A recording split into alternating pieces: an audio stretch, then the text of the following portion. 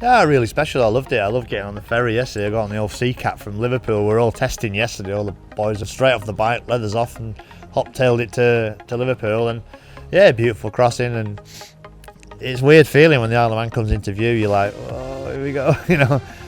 And then, yeah, we were straight over to Ramsey. So I've come the wrong way over the mountain, which I never really drive. So it always looks a bit weird, but good, really good. Yeah, no, I'm happy to be here. It's a buzz. Everybody's buzzing about it. Riders, teams. I mean, you know, everybody you talk to. Yeah, you know, it's not long before we're talking TTs around the corner. Came here when I was 10 years old, and that was the start of the love affair with it. With my dad, when he raced a little bit at Derby road races, and you know, I watched them TT greats go around. I was like, whoa, I want to be a TT rider one day. And yeah, I love the place. You know, I can more or less see it from home. It's weird in distance wise. It's the closest track to me as well. Stretch of water and a 3.5 hour boat trip. But yeah, you know, I just it's been epic. You know, 99 starts, my 100 start coming up. There's like little boxes being ticked everywhere. You know, 30 years of the Fireblade. I just turned 50 years old. Got an MBE, got a new set of teeth, you know. Everything's just mint at the minute, you know. It's all just too good to be true, really. But yeah, but I'm not blasé about it. I know how difficult it is, how dangerous it can be, and how competitive it is at the minute with all the fierce competitors we've got here. So, but I'm just happy to be here, you know. Had a few bumps and scrapes lately with 17 with injury and bad decision with a Norton thing, and then. But I feel like I'm back with my family now, with the Honda guys, and you know, it's new teammate Glenn Irwin, so it's I've got him under my wing as well. So, but yeah, no, so you know, I'll let you know after it how I feel. Through lockdown and the right people at Honda were sort of asking me the questions of how you doing, and you know, it's funny for me. It's not about the money, and it's not about anything like that. It's about the happy feeling that you get from who you're riding for. And then, you know, they asked me how my injury was, how my family is. You know, there's an option there for you. There's some ambassador stuff when I retire from racing.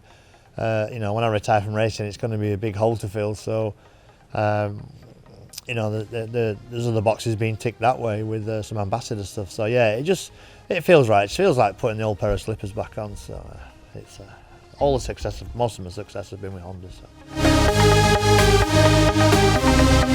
Yeah, the funny thing is, I'm a bit of a believer of, you know, things happen for reasons and fate and one thing and another. I don't want to say this is the last one and, you know, you get injured or worse. I just want to make sure that, you know, everything's in place, I's are dotted, T's are crossed, mechanics are there. I'm in my system, a bit of a creature of habit, me. I like to just, it all got to be done a certain way, and then, you know, after the event I can go, you know, I might look at myself in the mirror and say, look John, you silly old goat, it's time to hang your leathers up, and, you know, I can make that decision. But it's weird, you know, riding those big bikes, they're a handful. They're really, really physical to ride, and you know, I've been doing a bit of training, a bit of cycling, a few things, a bit of motocross and things, so not in too bad a shape. But there comes a point where you can't do it, and then you become vulnerable and things. But you know, there's nothing to say I couldn't ride the smaller capacity bikes or, you know, do some other types of classic racing. So I want to race forever. I know I can't, but it's the fitness really. It's eyesight, fitness, strength, and you know, a few injuries at the minute now that I've had over the years are just starting to make noises. You know, some shoulder injury I've had for a while and a hip.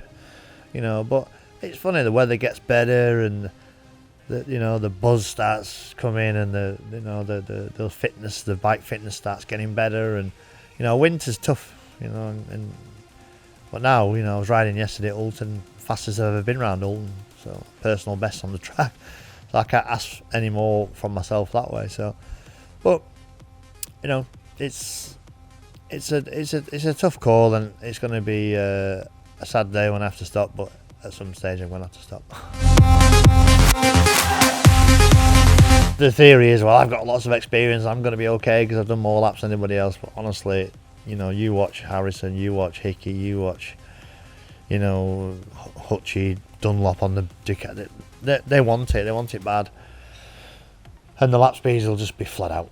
You know, you think to yourself, you would think to yourself as a normal person, these boys will take it easy for a couple of nights just to get dialed back into it. No chance. It'll be straight from the northwest, flat out, 200 odd mile an hour, straight to here, Bosch. You know, helmet on, down rail. It'll be 130 laps getting flown out the flipping door straight away. So that's my belief. I think that that's just what we're like.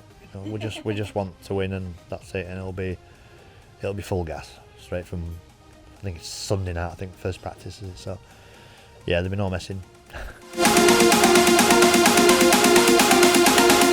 It's a great question. You know, you look forward to it all finishing and being safe. You look forward to the start of it because of the excitement. You know, it's the results as well. You know, if you can walk up them stairs.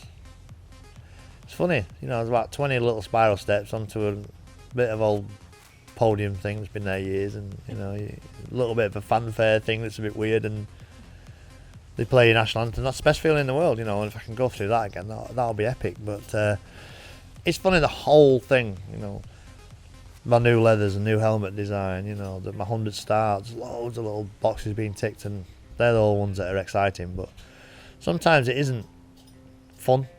You know, it's quite a lot of pressure on, a lot of expectation on your shoulders. So, well, when you finish, it's like, oh. But then you're like, oh, I can't wait for next year. You know.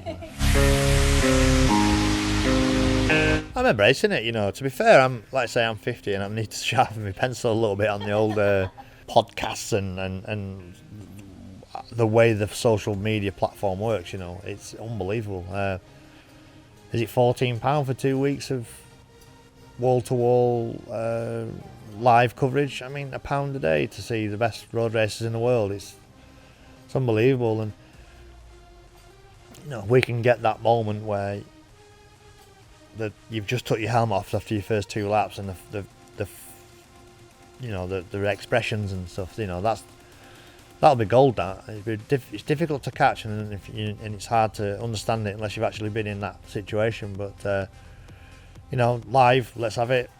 Fan zone, you know, we need new generation of spectators. We need cool things going on. You know, I'm excited for it. I embrace it. You know, trying to get all the balance right for us racers. You know, we get dragged from pillar to post, but it's a foundations of great things in the future.